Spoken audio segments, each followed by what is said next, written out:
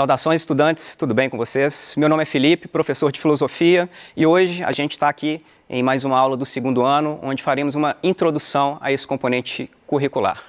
Aqui com a gente, a intérprete Mariana, e antes da gente partir aqui para os conteúdos que vamos lidar nessa aula, vamos apresentar qual será a habilidade que vamos explorar ao longo desse percurso que faremos hoje. A habilidade que a gente explorará será caracterizar o filosofar como experiência existencial. O que a gente está querendo tratar quando lidamos com essa habilidade? A gente está querendo dizer que dentro da sala de aula, a filosofia, dentro dessa arquitetura curricular, tem uma finalidade, tem um fim em si mesmo, mas perceberemos aqui que ela extrapola os muros da sala de aula, da escola, e que, no final das contas, vai ter uma importância significativa para a nossa jornada existencial. E aqui eu já vou seguir um pouco o script que comumente você já deve ter visto em sua aula de filosofia, que dificilmente um professor de filosofia vai te dar um conceito, uma definição de cara do que é esse componente curricular, como ele procede, quais os objetivos que estão em jogo ao estudar filosofia. Aqui eu vou partir de alguns exemplos, que geralmente é o que a gente faz para ir situando um pouco esse conhecimento, né, já milenar, e que ainda hoje às vezes causa estranheza, causa um certo assombro quando a gente lida com ele. Então, para começar a nossa conversa aqui, a gente vai falar sobre um ato que a gente julga ilícito, um ato que a gente não concorda com ele, e que às vezes a gente tem uma dificuldade de se posicionar de um modo mais fundamentado com relação a ele. Então, a pergunta inicial que a gente coloca aqui para começarmos a refletir juntos é: como que você julga o ato de roubar? Correto? Na sequência, tendo aí um posicionamento mais ou menos definido, a gente pode acrescentar alguns detalhes e problematizando um pouco mais essa situação inicial que é: esse mesmo julgamento que você sustenta, ele vai persistir independente da situação onde um roubo acontece, por exemplo? E para finalizar essa problematização inicial, ainda cabe uma outra pergunta, que é essa aí que talvez vai trazer uns fundamentos mais importantes para a gente elaborar essa resposta com um pouco mais de cuidado, que é: por que você tem esse posicionamento? Que histórico, que experiências, quais convívios, quais relatos você já teve que lidar que te levou a manter esse posicionamento com relação ao roubo? E aqui a gente avança um pouco mais, então vamos colocar uma situação um pouco mais específica para tratar desse ato, que é o ato de roubar. E se um ato de roubar for cometido por alguém que tem uma compulsão para realizar esse tipo de ação? Uma pessoa que sofre de cleptomania, por exemplo.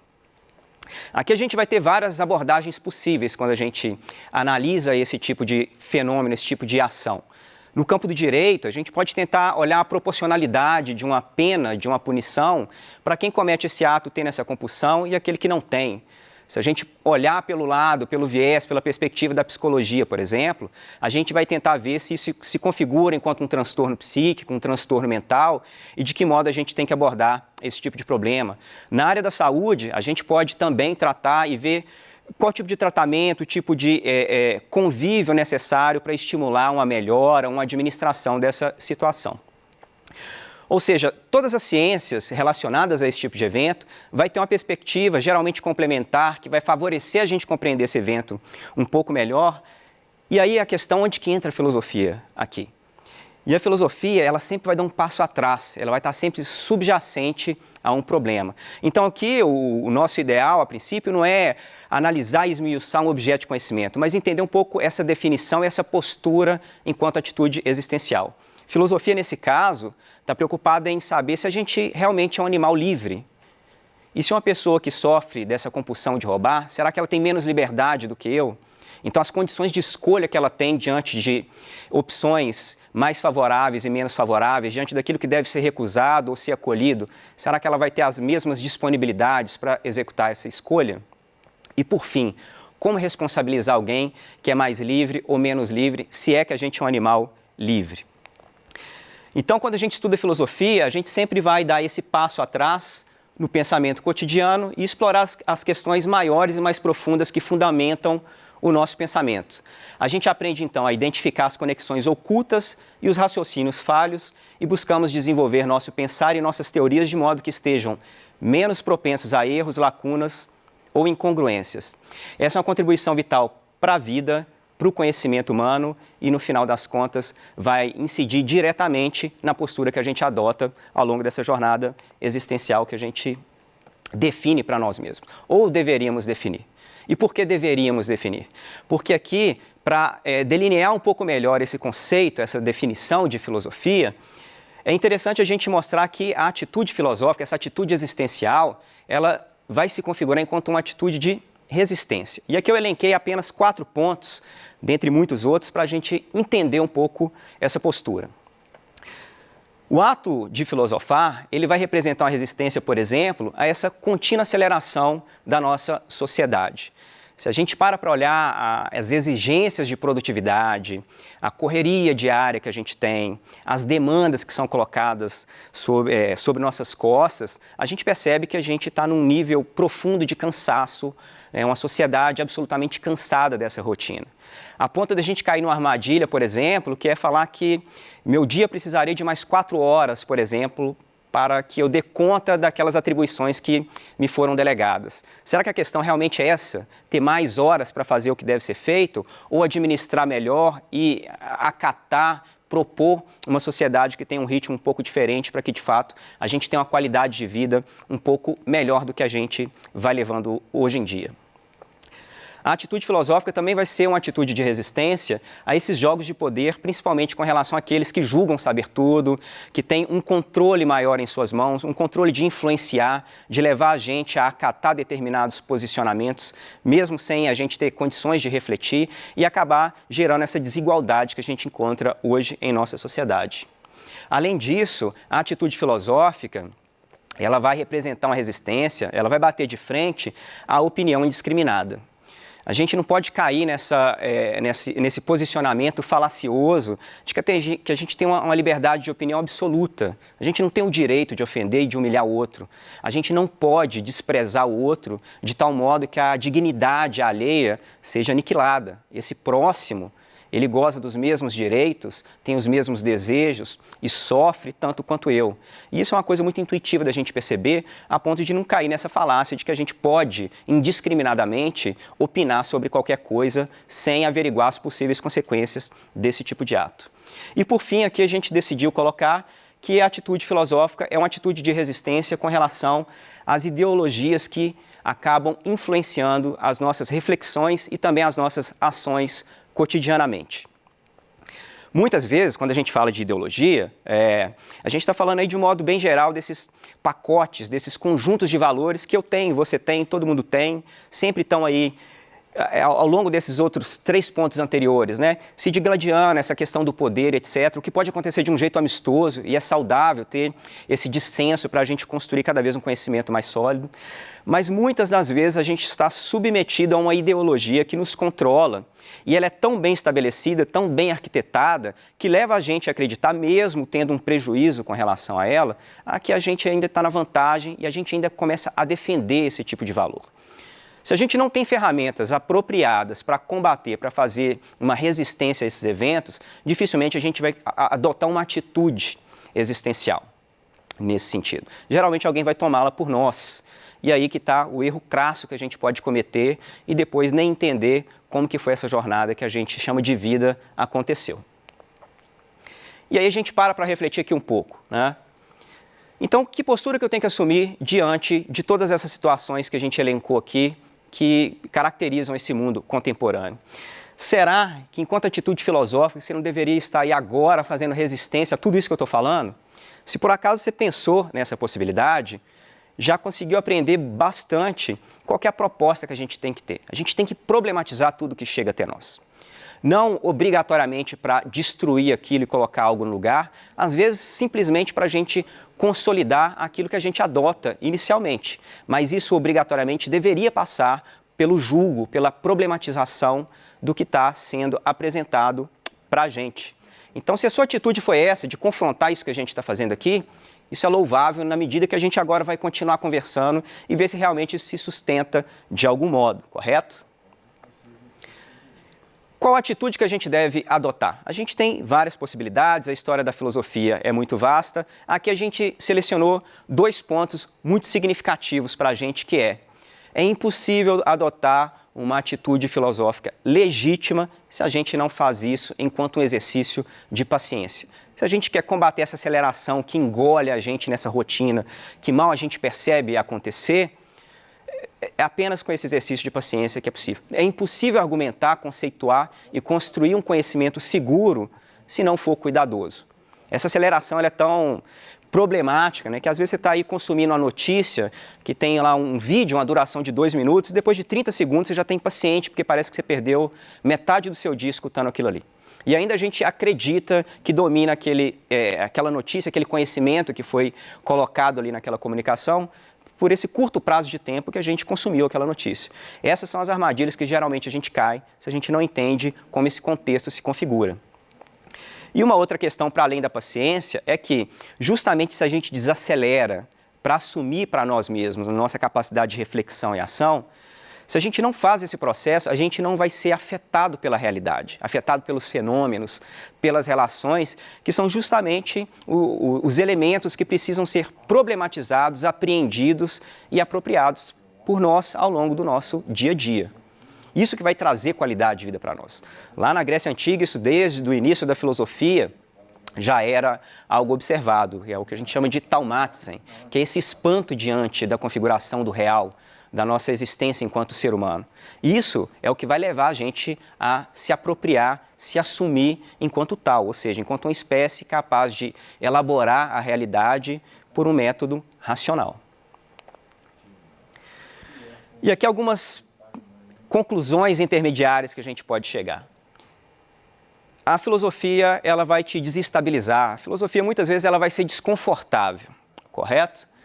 Ela vai tentar pegar aquilo que você tem consolidado enquanto conhecimento, mas que foi construído de um modo precário, porque talvez sem atenção às ferramentas necessárias e à atitude necessária, e vai tentar desconcertar tudo isso um pouco, de tal modo que a gente recomece agora, utilizando ferramentas um pouco mais elaboradas para esse processo, e aí a gente produzir alguns equilíbrios possíveis, dinâmicos, que às vezes vão ali levar a gente a titubear novamente, mas na medida que esse equilíbrio seja razoável, a gente já tem uma postura mais fixa para problematizar com um pouco mais de consciência e com uma atitude crítica diante de tudo aquilo que se apresenta a nós, nos afeta e assim interpelando a gente, leva-nos a reagir de um modo apropriado. E uma outra questão que a gente não pode deixar de mencionar é que filosofar acontece em uma postura de solitude. A filosofia acontece na solidão. Você tem que assumir essa postura. E aqui a filosofia encontra essa capacidade reflexiva de se relacionar com o todo e de se assumir nessas relações. Se você não faz isso, alguém fará por você. E aí, o risco da gente ser um fantoche durante todo esse processo existencial que a gente leva ao longo da nossa vida é muito grande e, no final das contas, muito pobre diante das possibilidades que a gente tem, dos potenciais que a gente tem enquanto ser humano, enquanto um animal racional. Então, aqui, a gente vai apresentar algumas características que geralmente a gente vê atribuída à filosofia, a essa atitude filosófica que a gente deve assumir para nós mesmos. A primeira delas é que a filosofia se configura enquanto um pensamento conceitual.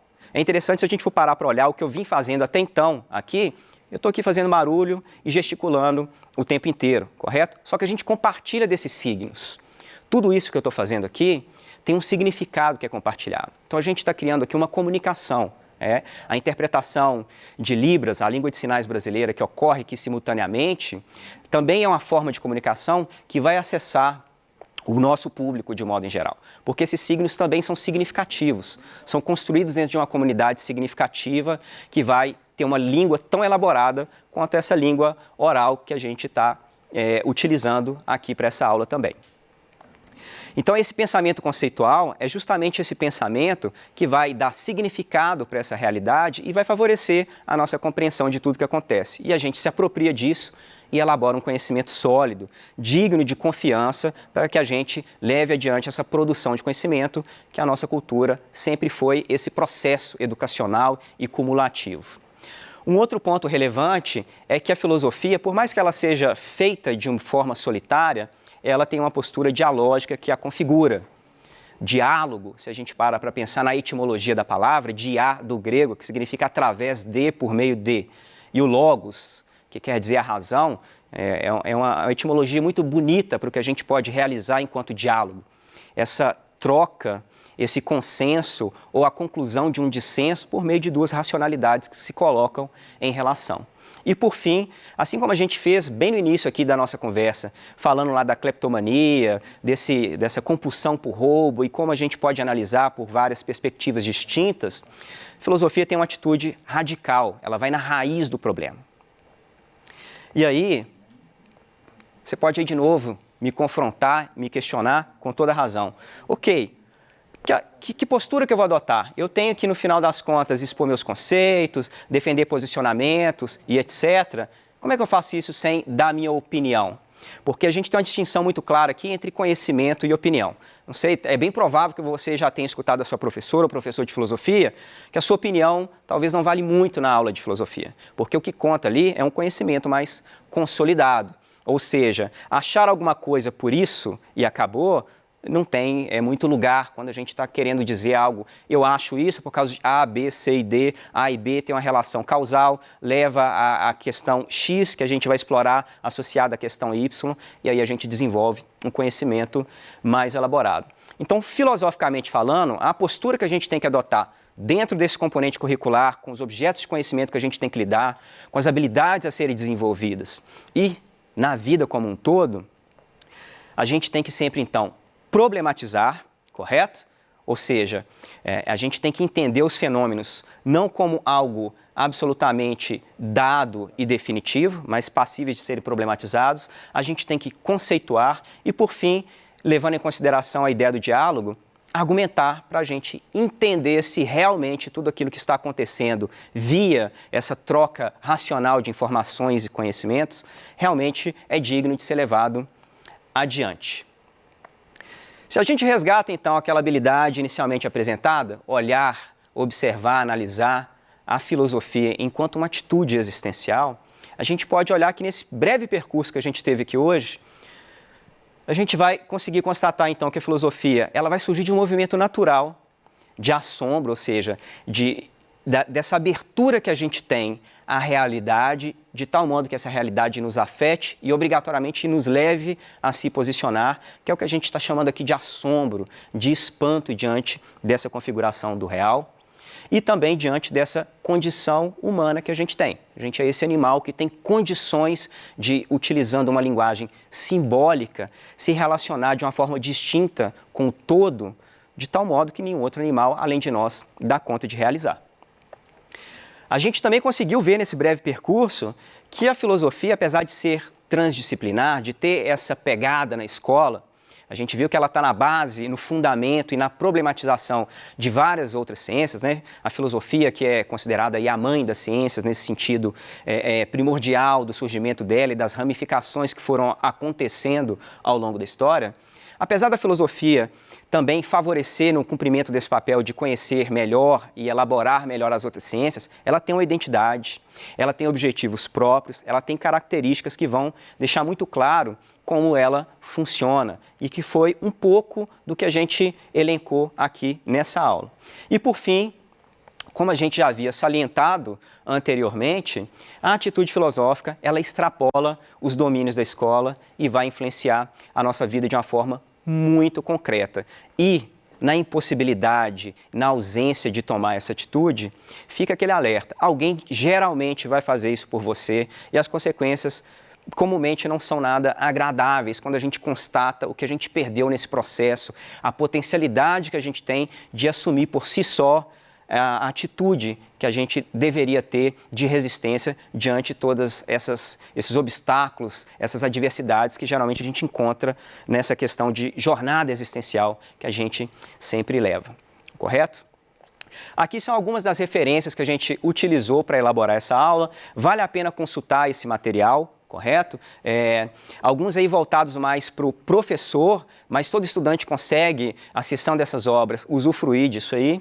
E no final das contas, eu espero que essa aula tenha sido suficiente para desequilibrar, desestabilizar um pouco aquilo que você tem enquanto conhecimento que você julga consolidado e que isso sirva de base para a gente juntos mais adiante e construindo conhecimentos mais sólidos e mais significativos para nós. Agradeço aí a atenção de todo mundo, a gente se vê adiante, até breve.